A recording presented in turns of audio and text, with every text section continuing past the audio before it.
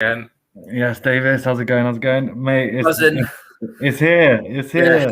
I can't believe it. I can't believe it. Well, you must be extra buzzing because it's Arsenal tonight, so it adds an extra layer. Yeah, with the Friday nights, though, it's always like you're buzzing because it's the first game of the week, so you get to see your team before everyone else. But if they Yeah, fuck up, then it's a horrible weekend ahead. that's true. Yeah, and also, yeah, in general, it's a bit of a downer then on the Saturday and the Sunday because you're already out the way. But yeah, especially if you don't win.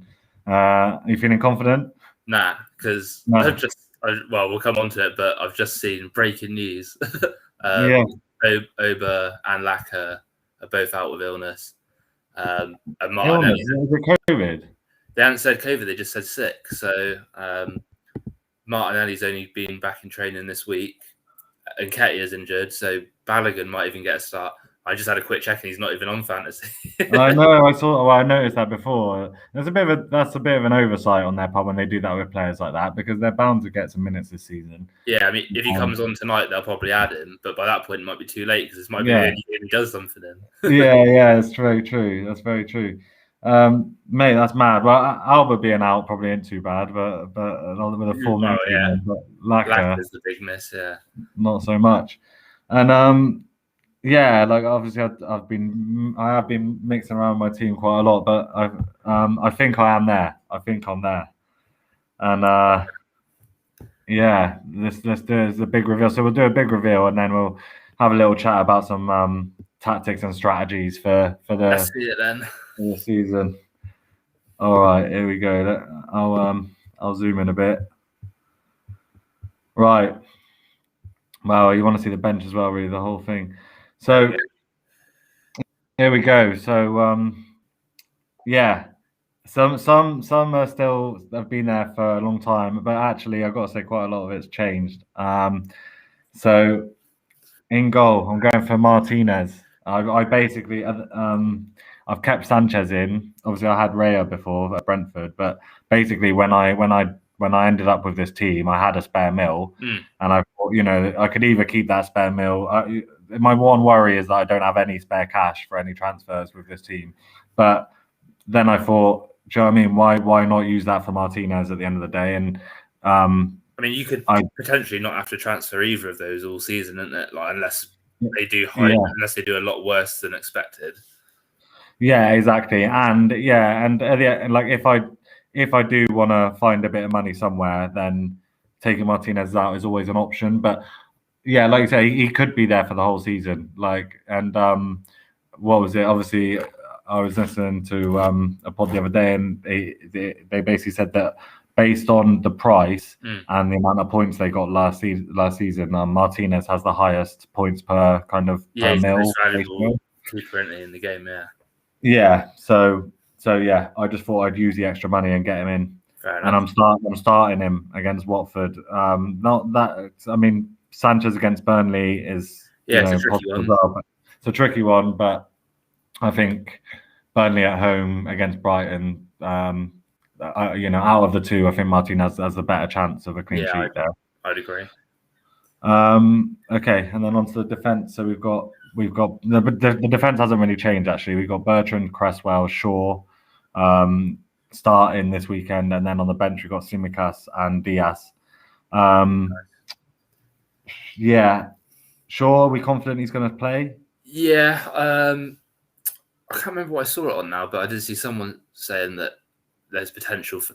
It might have been on the 606 pod. They were saying who's more valuable out of Shaw and Maguire, and they were making the case that Maguire is going to start every game.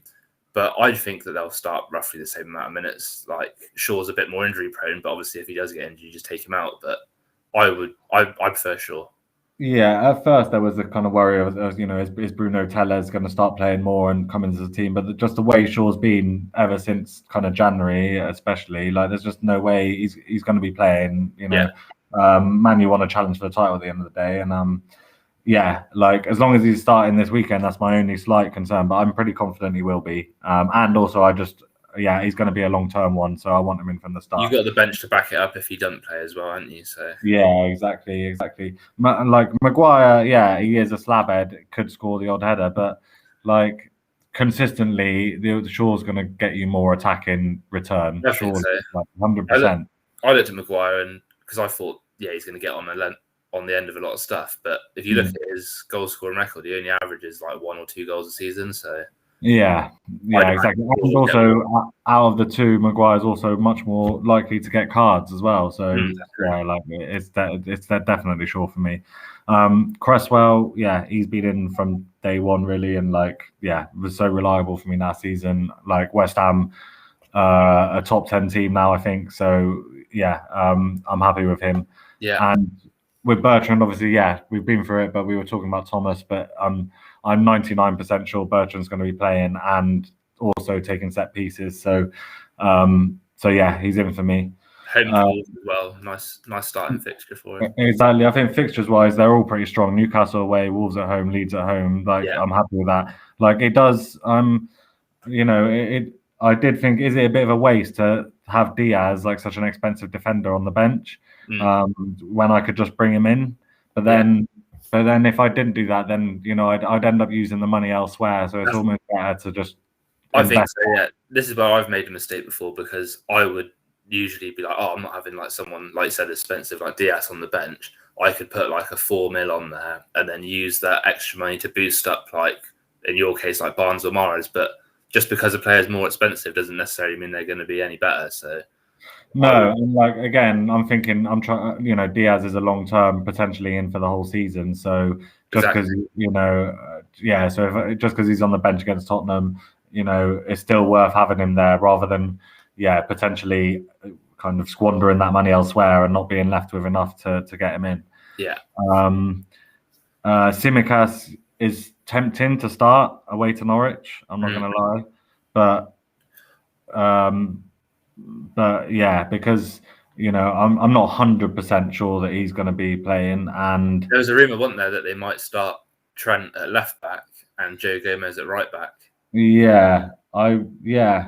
I'd be surprised. I would be surprised, but it's possible. I mean, first on the bench is a good spot for him, I think. Also, James Milner can also play left back, can't he? He can, yeah. So yeah, I just want to see. I just want to wait and see with him. So I'll have him on the bench, and then so midfield we've got Harvey Barnes, Mahrez, Jota, and Fernandez. So strong. I caved in last night. Until last night, I had Salah and Greenwood. Yeah. But I've swapped them around and I've gone Fernandez and Jota. I just think Bruno's out of the two, Salah and Bruno. I think it has to be Bruno for me. And like Jota, like you've made the point yourself that Jota, there's a good chance his returns could be just as good as Salah. Yeah, they can be. There's no reason why they can't be.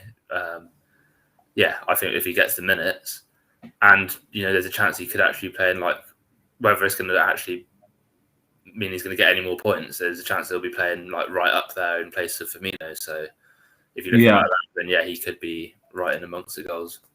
Yeah, both good fixtures, obviously, but I think Leeds away to United, first game of the season, that could be a really, really open game. That's the thing with Leeds; they only know one way of playing, so it's going to be goals. Yeah, and I know Norwich aren't exactly like renowned for being the best defensively, but I just think, like you said, I think it's going to be a more open game. The United and like compared to last season, we need to actually remember the fact that crowds are back. So, I especially for captain choices, I often tend to lean, if it's a 50-50, I'll lean towards the home fixture. Yeah. So I think so it's going to be Bruno captain, I think, and then Riyad or Gundo is one that I'm still pondering a little bit, and the reason is that, like I said before, I've got no spare cash in this team, and if I bring in Gundo, then that gives me that extra 1.5, which might come in handy transfer wise. But I just think Mahrez could get me a big return early in the season, especially while Foden and De Bruyne are out. Definitely. If he starts and he plays, his goals and assist return is as strong as any other midfielder. So it is a tough choice between those two. I'd be surprised to see too many people going with any other City players like Jesus, or we said about Ferran Torres. I just think the choice is Mahrez or Gundogan, and it's just whichever one you prefer, really. Yeah. The only and the other thing is Sancho is 9.5, right, and Mahrez is 9. So I obviously, as you know, along with everyone else, thinking about Sancho and going to be watching him. And if it's a case I want to bring him in, could be for Mahrez, and I only have to find 0.5 from somewhere to do that. True. So yeah, that's what I'm thinking there. And then Barnes, yeah, like I like having a couple of Leicester players in as it is, but, and I would definitely have Daka or Kelechi if I thought they were going to start. Every other season you usually have Vardy, don't you? But obviously not with his form this time around. It's just he's too expensive, man. Like if he was 9, maybe what was he? 10.5 or something. 10.5, I think. Yeah. Yeah. If he was 9, I'd consider it, but not at that price, and not when Kelechi and Daka are 7.5, because I do think that either of those two, they are going to be in my team sooner or later. But just not to begin with. He's probably going to get less minutes, Vardy, isn't he, this season than any other season? Yeah. Like I say, I think Harvey, Barnes and Vardy will get about 60, 70 minutes, and Daka and Kelechi will get about 20, at least to begin with. So that's basically why I'm picking Barnes. And he did look good. He looked good in the Charity Shield, and I'm on him. And then obviously Dele Alli has been my kind of shout from the start. And I'm not going to play him against Man City, but yeah, he's there on the bench. Yeah. And then up front, I'm playing all three strikers, Tony, Ings, and Wilson. So Ings, I think, what percentage of teams is he in now? It must be high. 36.9%. Yeah. So, but Watkins obviously is unlikely to play this weekend. He is, yeah. So Ings it is. Ivan Tony, I think he's I think at that price, he could be like well worth having. And I do think that Arsenal at home first tonight, that could be a lot of goals in this game. Don't you think? Yeah. Like I can't see like a 0-0, put it that way. So why not? And then Wilson, I touched on it last time, but I think the vast majority of people have gone for Antonio at that price, 7.5, and like it's the same price as Iheanacho and Daka as well. But Wilson, for the first few fixtures of the season, with his percentage selected by 7.3%, playing West Ham at home, Villa away, Southampton at home, I think that could. If he does better than Antonio, basically, I'm winning on that. I think he will do, because I think Wilson did all right at the start of last season. Then maybe he got a bit injured and went off it a little bit. But he does. I'm pretty sure he's their first choice penalty taker, whereas Antonio will be nowhere near taking pens because he's just an oaf, isn't he, that just knocks it in at the back post type thing. So I think if they played the same amount of minutes all season, I'd be surprised if Antonio, although he's playing in maybe possibly you could argue a more attacking team, I don't think there's a lot in it, basically. But with the fixtures, like you said, and it's always good to have like a variation of players from different teams.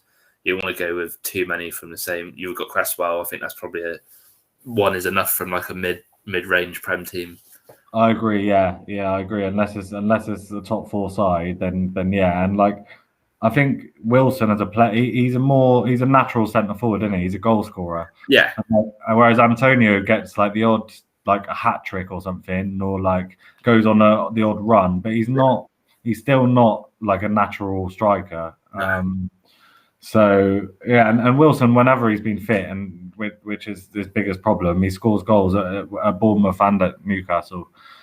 Yeah. So yeah, I'm happy with it. There might still be one or two changes, but it's unlikely.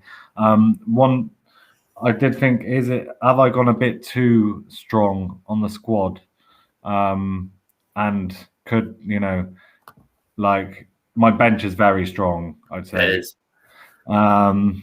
That's not necessarily a bad thing. Whilst I think, like you said, in the first few weeks when there's so many uncertainties with transfers and things like that. I mean, those four that you've got on the bench, other than Tsimikas, they're all going to be probably starting each week. And even Tsimikas, while Robbo's out, might be. But like you said, we'll wait and see. I'd be happy with that. Yeah. Yeah, you have it creates the problem that it's very difficult to choose the order of the bench as well. Do you know what I mean? Like at the moment, I've got Tsimikas, Diaz, Dele Alli, but you could have that any which way really. It's like, and often I put the more attacking player first rather than the defensive player. Yeah. But I just think Tsimikas away to Norwich, if he does play, there is a strong chance of a clean sheet there. So that's why I've gone with that. Fair enough. Cool. I think that's that. Like, I hadn't figured out how to share yours actually yet. That's one thing that I think I can do it from. Can you do it from the? Let me have a look. Yes, I think if I try it, and then you might have to maybe accept it. Okay, cool. All right. Yeah, I can toggle it on once you've put it onto the screen. Yeah, so I've set it. It says that I'm sharing. Yeah, you are. I can, but at the moment it's just our webcam. So once you put, here you go. Yeah, exactly. You see that? Yeah, cool. You can see the whole team and everything. Yeah. Just about. There we go. Yep. Cool. So, yeah, some similarities to your team. A few that you probably toyed with and thought, I can see that you put Mahrez in. I've got Gundogan, but yeah, if we start at the back, I've gone for Raya in goal. I just thought I'd mix it up a little bit with the keepers. I know a lot of people have got Sanchez in the 4.5 bracket. My thinking with Raya is that I'm pretty sure that Brentford are not too bad defensively, and if they are, then you might get some save points. True. With the first game as well, I can see we're not much of an attacking threat at the moment, especially with the players I said we got out. So there is potential that you could. I mean, you never know. You could get a clean sheet, and if we're having to take sort of pop shots from distance because we've got no real strikers, you could maybe get some easy save points. What's his selected by? Have a look. Only 1.5%. Yeah, so that's a good. If they get a clean sheet tonight, and with the players who got out, which sounds like it's possible. You could catch people out of that, catch a lot of people out, and get some early goalkeeper points on That's the board. What I'm hoping for. Yeah, I mean, I can't remember what other fixtures has he got. Palace, Villa, Brighton. So not bad. I mean, it gets a bit bad down here. Yeah, but like I said, throughout this series so far, I'm planning for the first 3 weeks.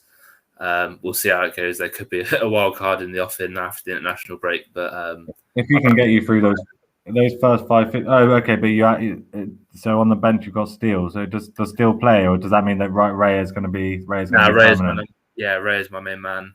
Steele is only 4 mil. My thinking with Steele is that if Sanchez gets injured, then Steele will obviously take his place, and where a lot of people will have Sanchez, then I'll save a transfer there if he does come in. Obviously, goalkeeper injury is unlikely, but I had to find someone for 4 mil, and I stayed away from Foster just because he's very highly selected, and I don't think he'll be starting. I think I just on this note, I think I read today that Newcastle are going to be playing their third choice. Oh, really? I think I read a quote from Steve Bruce saying Dubravka's injured and Carl Darlow is suffering from long COVID symptoms. Okay, so who is the third goalie? Is it Elliot? Let me have a quick look. It's a good question. I'm not even sure if they'll be on fantasy. They might only have 2. Woodman, but he's still 4.5. All 3 of them are 4.5, so that's pointless. Yeah, we were linked with that Woodman at one point. I'd never even heard of him. Really. But he's obviously must be, if we're interested in him, then he must be quite decent at youth level. I'm imagining that he's young. Yeah, but see, if that was if he was a 4, then that could have been a good way of getting someone on the bench who can play. But if he's 4.5, then there's no point, I suppose. Yeah. So yeah, I've gone for this is what I usually go for with goalkeepers. 8.5 spent, 4.5 being my main one, and then just bench fodder. Yeah. Yeah, see, I'll spend 9.5, so that's a whole extra mil that you save straight away just on the keeps. Yeah. With the defence, we got 2 of the same of we, Cresswell and Shaw. And Diaz is on your bench as well, is he? Yeah, I've got Diaz on the bench. And Simicast, so we got the 4 of the same, but 2 of the same starting, yeah. And Simicast, yeah. So I put Simicast first on the bench as well for the same reason as you, that he could get a clean sheet, and if one of these boys, doesn't, I've got 2 up front, so obviously any midfielders even if one, say Calvert-Lewin doesn't start, Simicast could come on for any one of those players basically. So yeah. And then my different one obviously is Keane, and again Everton are a bit of a, don't really know too much what to expect from them at the moment, but if we have a quick look at their fixtures, I couldn't really turn these fixtures down. Saints have obviously just lost Danny Ings. They've just lost. Is Leicester signed Vestergaard? It's going to get done. Yeah, it's pretty much done. Yeah, he's not going to be playing. Yeah, so they're a bit all. I mean, their pre-season results haven't been too bad, but they've been playing like low-level opposition. But I think they're a club that's in a bit of a mess at the moment. So I'm hoping that Benitez can sort me out with a few clean sheets. I did have him for a period last season and when I did, it was partly because I think he scored 1 goal, but then I noticed they were targeting him on most set pieces. Like he is the man they try and get the ball to. So yeah, he does offer a bit that kind of attacking threat, and if you can get a centre back and you can get you the odd goals, it does boost it massively. Yeah, he's 0.5 cheaper than Luca Dean, and Dean gets a lot of assists, but not that many goals, and he's just a bit in and out. Like you said, he can get some goals, and with those fixtures, I'm looking especially down here like Brighton, Burnley, Norwich. I'm willing to give him a chance at 5 mil. Yeah, nice. So we've literally in terms of we've got this Cresswell and Shaw both starting, but the 5 defending choices, we've the only difference is Keane and Bertrand at the moment.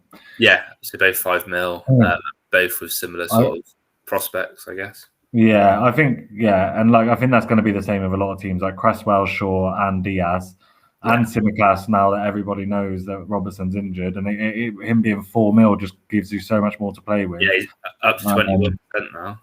Yeah, I think we're going to be seeing those 4 in a lot of people's teams. Definitely. I think. Yeah. Okay, and then moving on to midfield again, I've captained Fernandes. I had the same dilemma: do I go for the Salah? But I've always been quite a big fan of Jota. I just think 7.5 is a bargain, and I can imagine him being in my team for most of the season. Fernandes, he's got good fixtures. Home to Leeds, away to Saints, we've already said are a bit of a mess. Wolves, again, don't really know what to expect with them. He's back, isn't he? He played the last pre-season game, so he's going to start this game.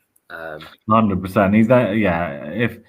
Even with Sancho coming in, it's like you could double up, but it's just very hard not to have Bruno, man. He's the main man. He does everything for them. Everything they do goes through him. Like exactly, the typical fantasy talisman, isn't he? He's just pens, free kicks, goals, exactly.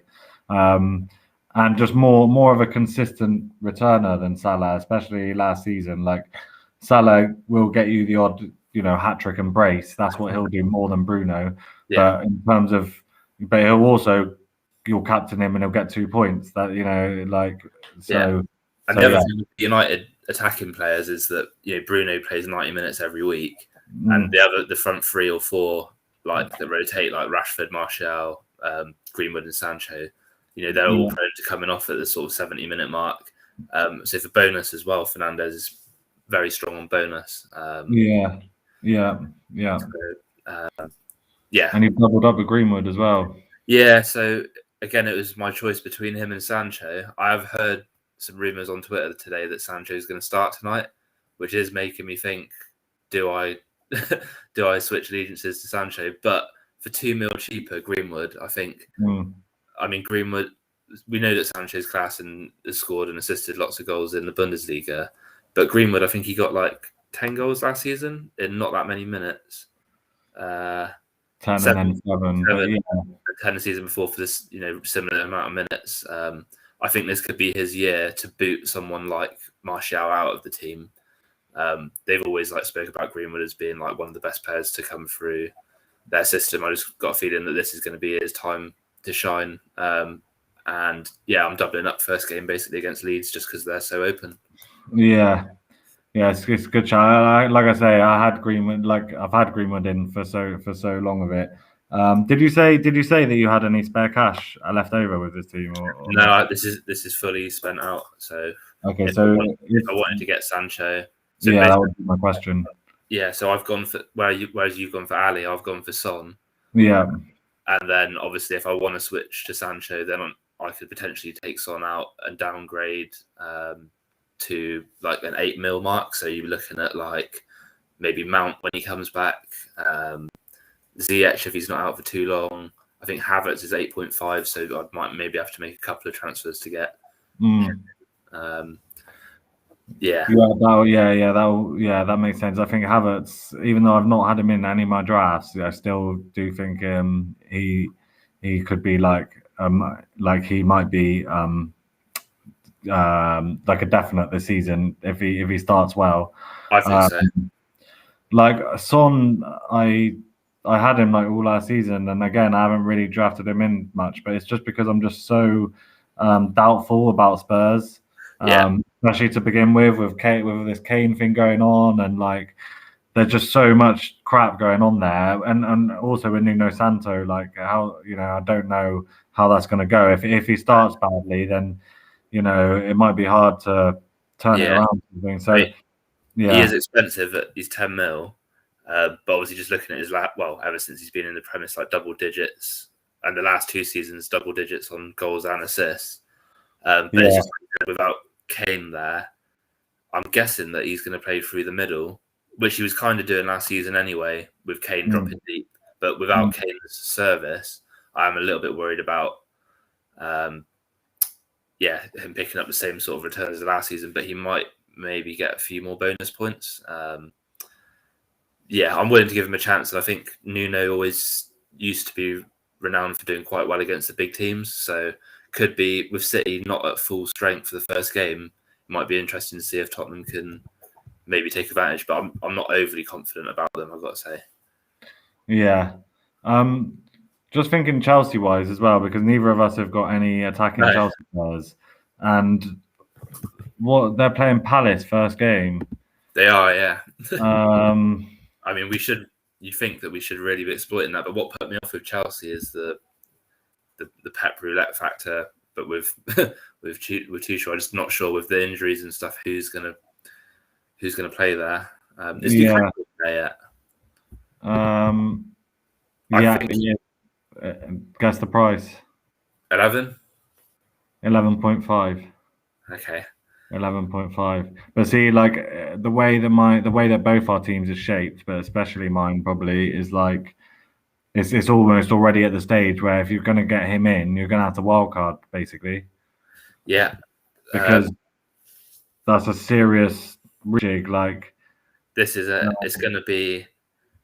I mean, if he does, I don't think he's going to be ready to play. I don't think he's eligible to play until the next game, which is against Arsenal. So, I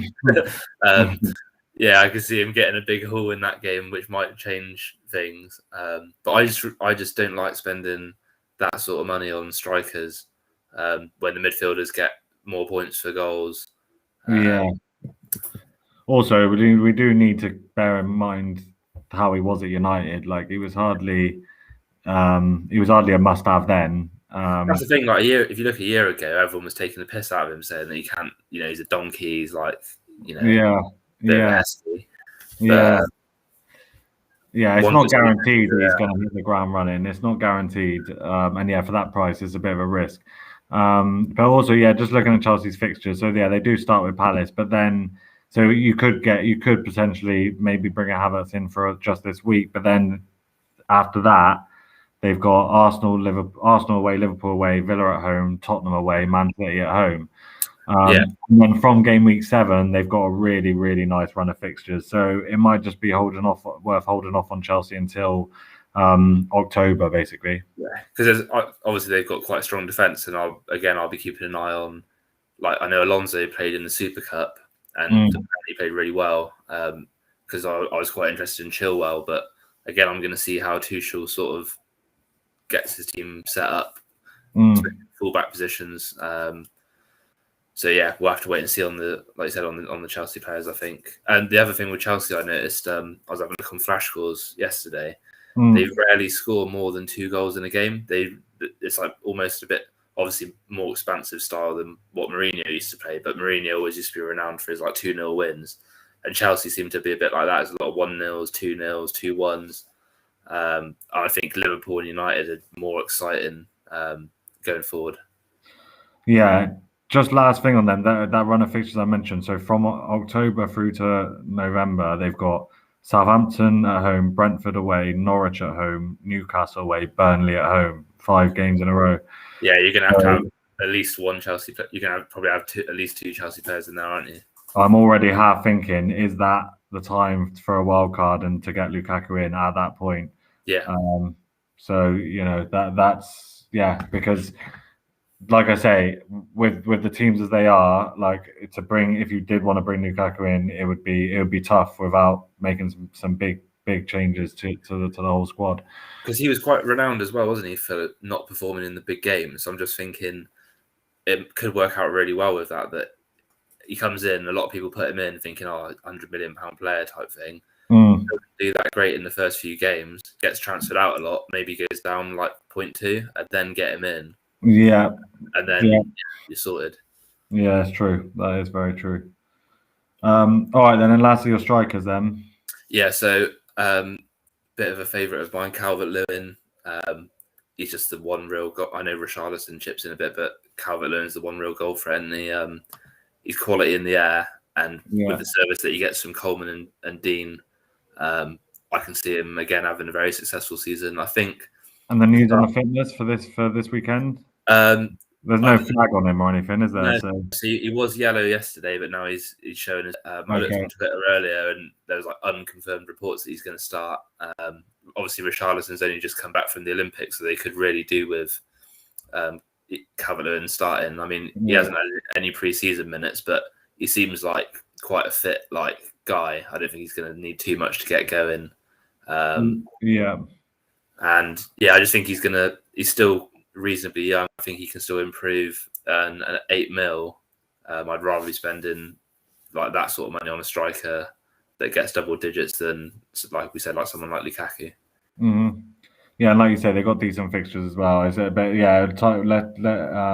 Time will tell over these first few weeks how they're looking. There's nothing to say that they're going to be bad under Benitez just because but they've had a couple of bad friendlies or whatever. But at the same time, there are a lot of questions around them. So it is a bit of a worry because Ancelotti's like quite an attacking coach, isn't he? And it's a bit of a contrast to Benitez. So yeah, it is a bit worrying. But I'm thinking, if they can get they've only spent like 2 mil, I know. Is it like Gray? Townsend, Gray, and as a keeper in it, they got a backup keeper. I think Townsend and the keeper were free, and Gray was like 2 mil. Yeah, so yeah, it'd be interesting to see if they've taken a step back or they haven't really lost any big players. So no, I'm hoping that they can get like a lot of 1-0 wins with Calvert-Lewin getting the goal would be ideal, and then I get a nice clean sheet for Keane and hopefully bonus points for Calvert-Lewin. But we'll see. We'll have to see how that pans out. But I'm hoping that a lot of people haven't got him because of the injury worry, but I'm pretty confident he's going to be starting. It said 7% there, so that does surprise me a bit. That is quite low. So it could be a good little differential for sure. And then I gone for Danny Ings, same reasons as you. I had Watkins in my first draft, but obviously, I think he's out for the first game. There's also rumours that Watkins might start playing more on the left. so they can accommodate Ings and Watkins. But they've obviously bought Leon Bailey as well. So with Villa, I think it's going to be a watching brief for the first few weeks to see how they're setting up. But I think Ings is, I'm pretty confident he's going to be starting at least this game, or at least hopefully the first few games. Yeah, I even think that it's quite likely that he'll play Ings and Watkins together as a two. Like I think Watkins did play most of last season up front on his own, but I can't see him not wanting to play either of them because they're both, like really strong. I think they'd be really good in a two. I think they both benefit from playing in a two. Ings played in a two with Che Adams, didn't he? And I'm pretty sure Watkins had a similar strike partner at Brentford. I can't remember who it was now, but I can see that being quite a strong attacking threat for Villa. Yeah, definitely. I wouldn't be put off the fact that do I choose if they're both playing, do I just not go for either of them because they'll share the goals between them? That doesn't bother me. I just think that they'll. I think out of the two, Watkins is more likely to be the supplier, and Ings, I never used to put him in because he was quite expensive for a striker, and I just didn't feel confident with him at Southampton. But even still, we got so many goals. So now he's playing in an even stronger team, and he's about the same price as he was. Then, I think it's Danny Ings' time basically. We're getting in. Yeah. And then you've got Ida. Is that how you say it? Ida or Ida? Yeah, I'm not sure. Ida, yeah. But he's whenever I've checked Norwich, when I didn't follow the Championship that much, and but when I've just happened to see clips or I've checked scores and stuff, he does regularly get on the score sheet. And there's basically no one in the 4.5 bracket that I was interested in. I know they've got really solid fixtures as well, which is why he's third on the bench. So realistically, he's just going to be sat there. But for 0.5 more than the cheapest, I thought he might be playing alongside Pukki. What fixtures have they got? I mean, I might. Was he? How much is he? 5? 5. Yeah, the only other options you've got there really are Obafemi, but he's unlikely to play at all. Yeah. And if Origi moves to another Prem team for 5, he could be a bargain. But at the moment, Liverpool, no. So but anyway, he's going to be on the bench every week, I assume. Last on the bench every week, unless he's obviously if he scores against any of these teams, I'll be well happy because he's probably going to go up in price once these fixtures come around. If Norwich somehow get off to a flyer, I'm not expecting them to at all. But if they do, I mean, I would consider him, depending on how Arsenal are doing at that point, and potential injuries in other positions. I would be more tempted this season to throw him on in these sort of games than just make silly transfers just for the sake of it. I'm quite happy with my overall squad. I'd say it's quite strong. Your bench is probably a little bit stronger than mine, but I'm happy with overall. The only difference is really, I suppose, that I've got 3 strong subs and a strong backup goalkeeper, and you've got 2 strong subs and no backup goalkeeper. But it does mean that your kind of front 7, should we put it, is a bit strong, a little bit stronger in terms of. Yeah, I mean, I struggled between Greenwood and Barnes. I'm still debating Barnes because I do really like him, and this is where I've always made mistakes before. Is I've gone 3 players from United. Obviously, there's reasons for that, but is it a bit risky going in that hard on one team? Yeah, I haven't. Yeah, that's true. I don't have any 3s, but I think. But you did point out their fixtures are good, and Greenwood, I think Greenwood's sort of only there for you while you're waiting on Sancho and kind of waiting on these other midfielders to see how they're doing. So it's not there's a difference, I suppose, between having the players that are going to be long term and those that are kind of just there for the first few weeks. Like Mahrez is there for me. Yeah, not going to be in there all season by a long shot. In fact, if I have to sacrifice anyone in the first few weeks, it's probably going to be him. But there are the players that are going to be long term, like your Brunos and your Shaws and stuff, is a bit different. Yeah. It's hard to say, isn't it? Because we don't know how long really. Do you know anything about how long De Bruyne and Foden are going to be out for? Because Foden is going to be one that's it'd be interesting to see how he fits in as well with Grealish being there now, but could hinder England a bit. Yeah, I don't know exactly, but I think there are. Yeah, I mean, a lot of these, it's actually making the choices a little bit easier, because when you think like Rashford's back, De Bruyne's back, Foden, Robertson, that's 5 already, like quite big fantasy players who aren't available at the moment. I've just seen we've just had a cheeky message come through from our old friend Matthew Cole with some shameless publicity. Cole's man and van. Is it? Yeah. Saying has he missed? If any listeners do need some furniture shifting or anything like that, then Cole's Man and Van is fantastic. This pod was brought to you by Cole's Man and Van.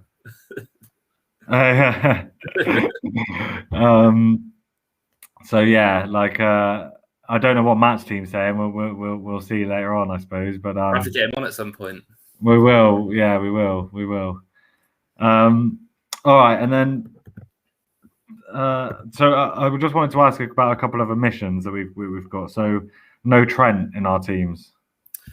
Yeah, I think for me it's just that with Robertson being out, their defense and I'm not sure if Van Dijk is 100% back or not. Their defense just isn't the rock that it was 18 months ago. So he could still pop up with a couple of assists or whatever, but I'm not so confident on their clean sheet potential. Yeah, and I think also it's just for me, it's more the fact that just because Tsimikas has become such a bargain now, and there's no point. Well, yeah, there's not really much point doubling up on the Liverpool defence. So yeah, and I've always preferred putting more money towards the more attacking positions. So yeah, no Trent, but I do think that he could be one that we might regret not putting in. It's well, Matt's just put that you've got to have Trent, according to Matt. So you've got to have Trent. Yeah, well, that's the thing. I wouldn't question anyone who's got him. Put it that way. No, I wouldn't. No. Just for me, it just a bit too pricey in the defensive area for me. When you've got Tsimikas, you think it's likely that he's going to start. You're going to save 3.5 mil there straight away, which means you can boost up anyone in your team straight away. Exactly. And Robertson, I mean, he might be out for the first 4 to 6 sort of weeks, I guess, something like that. So there's going to be a long time there. And when Robertson does come back, then again, it might be sort of heading towards wildcard time anyway. Because if you really wanted to do it, you could have a rejig. What about Timo Rona? Yeah, he's another one, isn't he? A lot of people think that he's going to have a better season anyway, but now that they've got Lukaku as well, I mean, for me, that makes me think I probably want to avoid him even more. But some people are saying that they think with a big man alongside him, he could be lethal. I mean, Chelsea as a whole just could be lethal, couldn't they? I mean, I said they'd get a lot of 2-0 victories. Their defense is solid, but all of a sudden you put Lukaku in that team, and those 2-0s could start becoming 4-0s. And they could just absolutely dominate. But what do you think? Yeah, I just off the back of last season, it's difficult to go with him straight away. But I do think it could be a different year for him, and we know what he is actually capable of. So, and he's still not that expensive potential for his potential in terms of what he's 9 mil. Yeah. So if him and Lukaku do play as a 2, and he's that much cheaper than Lukaku, then it might be, because I know that Lukaku started being known a bit more for assisting and stuff at Inter as well, didn't he? Yeah. So yeah, it could be one there, and I know I've touched on it already, but for me, the kind of the choice between Mahrez, Havertz, and Sancho is going to be the real kind of tough choice over the first few weeks of the season for sure. I think that could be a good shout, what you're saying there with Werner, because being 2.5 cheaper than Lukaku, but if overall Chelsea are playing like really good as a team, then he could get similar returns to Lukaku. And then you can sort of, the people that have got Lukaku, you're going to potentially take advantage of them by saving that money with Werner. And use it to good use somewhere else. So, yeah, that's a good point. Cool. And then neither of us, and then last one, I suppose, neither of us have got any Arsenal attacking players. So obviously, and I say that because we did go for Smith Rowe to begin with because he's a cheap midfield option who's going to play. Yeah. Obviously, you've got Saka there as well, who's another quite cheap midfield option who can get you a good return. So, yeah, no, didn't fancy any Arsenal players in the end. Not to begin with, no, just because after Brentford we got City and Chelsea. Parties out, like it's just more the fact that our team isn't. I don't think Arteta knows his best 11, and I want to go for players that are or teams that have got a settled team and they know what they're doing. Whereas we're just a bit of a mess. Saka will definitely be most likely to go to my team. I think, even though Smith Rowe is a mil cheaper, just because Saka, depending on if Pepe's playing, he takes a lot of free kicks and corners as well. So I will be keeping an eye on him, and also Ben White at 4.5. Like I said, our defense isn't as bad as people think that it is. So yeah, that's the ones I'd be considering for Arsenal, I think. I think if Arsenal do start playing, what they're capable of, and either of those two in midfield, like it could be the case that if you did want to go for like a Lukaku or even a Kane, if he went to City, and you had to save some money in midfield, then you could almost look at taking out a more premium like a Mahrez for Saka, and you're saving a significant amount. Yeah. So I think they're good options if you wanted to go bigger on attack, or if you wanted to go for like a Trent and spend more in defence, basically. But we've gone quite heavy on our midfield, which is what I usually do. Yeah, and the other last thing on Arsenal is that today we've been rumoured that I've said it's probably quite likely we're going to get Odegaard back. I think he was about 7.5 or 8 mil last season, but I think the problem with him coming in is that he could then be on corners, and I wouldn't really want to put him in my team until I know that he can really cut it in the Prem. So Arsenal are just a team you're just going to have to. It's going to be a bit of a bumpy ride, I think. Yeah.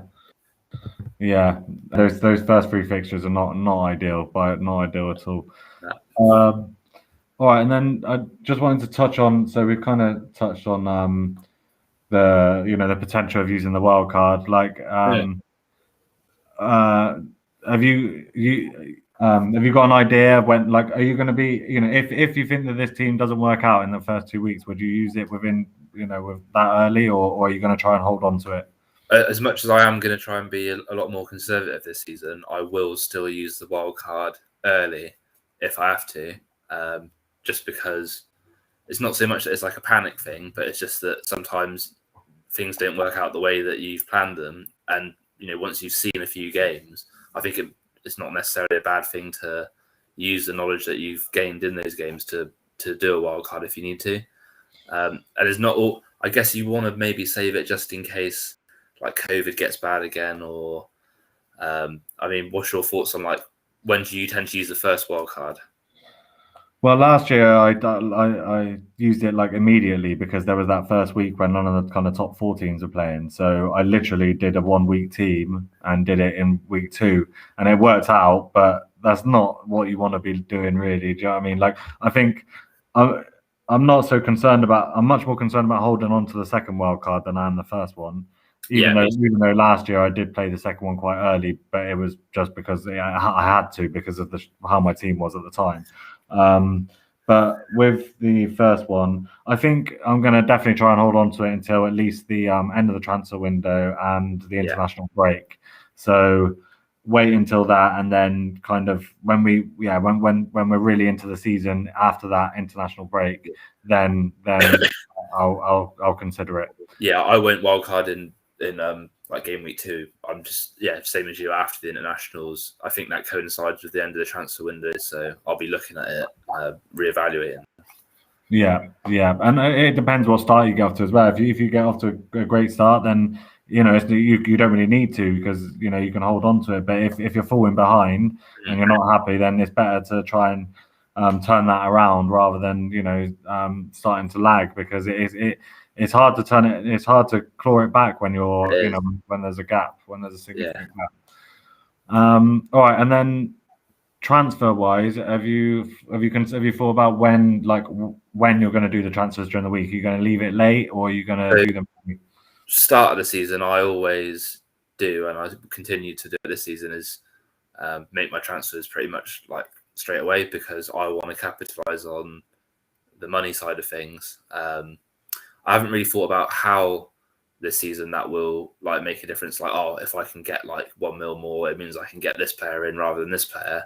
But I just think if you can manipulate your team in a way where you don't spend too many points on transfers, but can capitalize on making a little bit here and there, then when you come to make your second wild card later on in the season, you've got a bit of money in the bank to potentially boost up like a mid-range midfielder, for example, that's like 7 mil.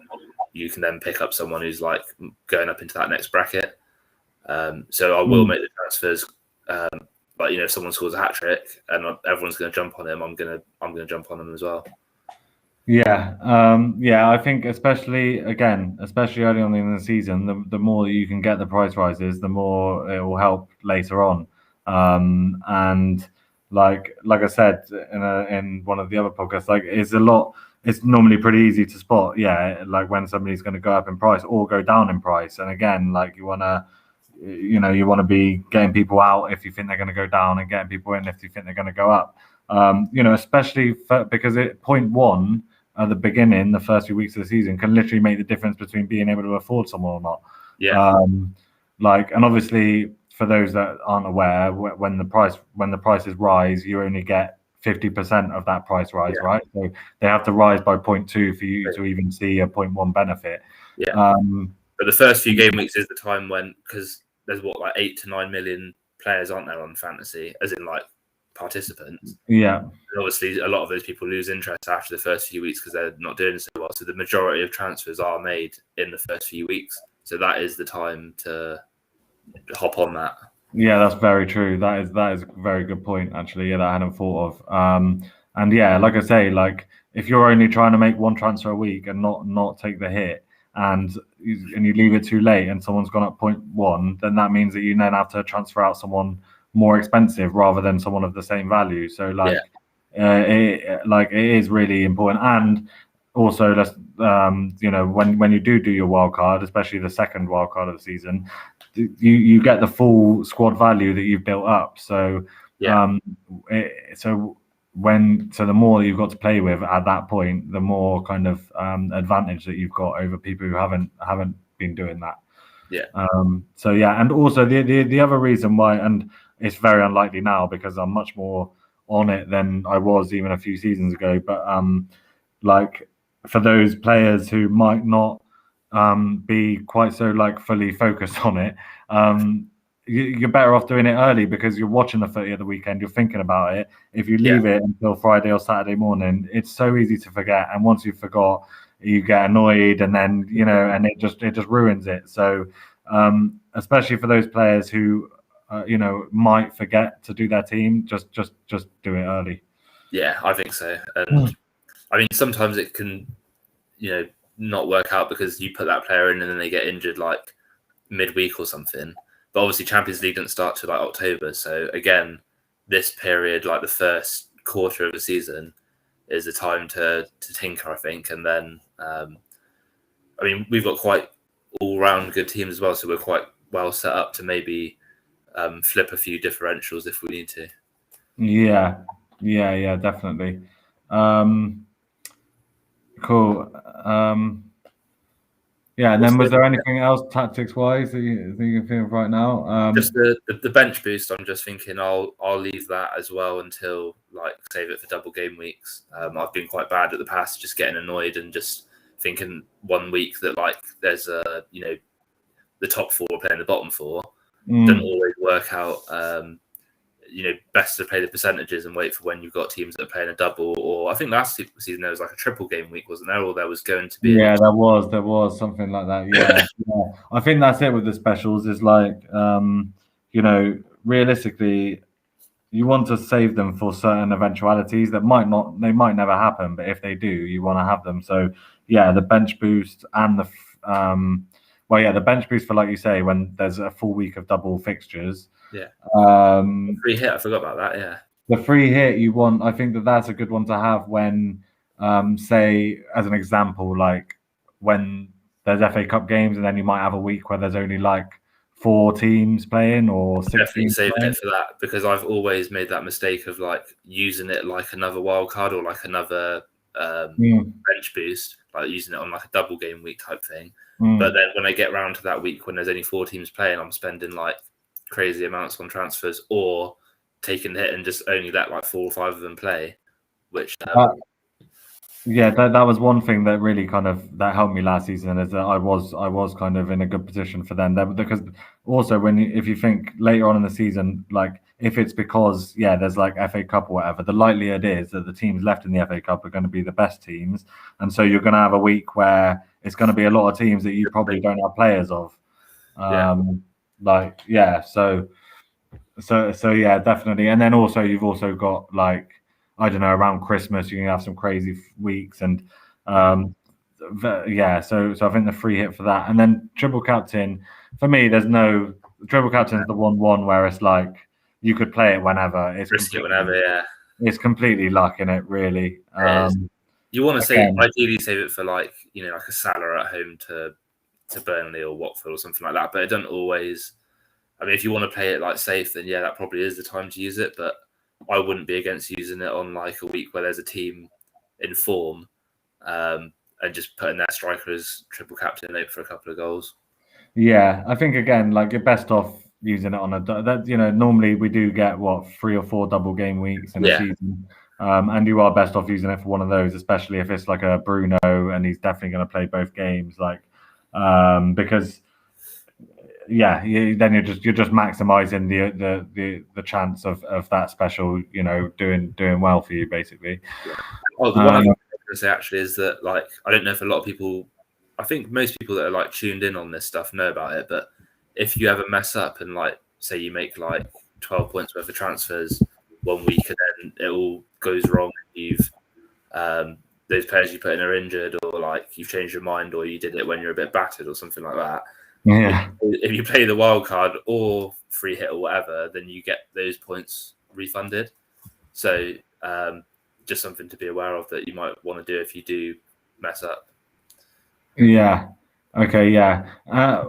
One other thing that I'll just say, the last thing I'll probably say tactics wise, is one thing that I do quite a lot is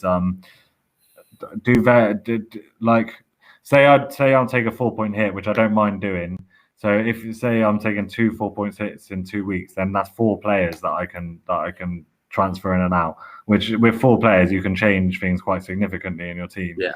So what I often do is plan, 2 weeks ahead or longer, and just make almost different scenarios, and I'll screenshot them, and then I'll have them in mind, sort of thing, and so that way, like. Yeah, it's like I'm not just doing transfers on a 1-week basis. That it's always with kind of the next few weeks in mind, sort of thing. And I'd say with that as well is like, once you've made that decision, stick with your guns. Don't get disheartened if you've put somebody in thinking, oh, they've got 5 good fixtures and they didn't bang in the first fixture. Don't think, oh, fuck that, I'm going to take them out. Like if you thought that that's the best thing to do, then keep them in, because that's where I go wrong, and you start spending. Your transfers start spiraling out of control, basically. Yeah. I mean, that's one thing that you've definitely got to be careful about this season. Actually, I do all that same prep work as you, but then I'm too reactionary. I just need to take a step back and a breather. Yeah. Exactly. All right, cool. We'll leave it there. Well, good luck, Arsenal, for tonight. Oh yeah, we're gonna need it. And also, just actually last couple of things just to say. So obviously, like and subscribe to the video if you're watching. I've put a link for a mini league for this podcast in the description, so feel free to join our mini league. And also, me and you have got a 1v1 head-to-head league now for the season. So basically, on top of obviously our regular points, we're going to be basically playing each other every single week. And we put a wager on this then, or what? Oh, absolutely, I'd say so. Yeah, I'd say so. All right, well, maybe we'll come to a gentleman's agreement. I'm seeing you later, so we'll discuss finances off air. Yeah. But yeah, and good luck to everyone else. Good luck, Matt Cole. Maybe you can step up and challenge this year. It's been a while. But yeah, and maybe you might even be able to beat his missus and his cousin.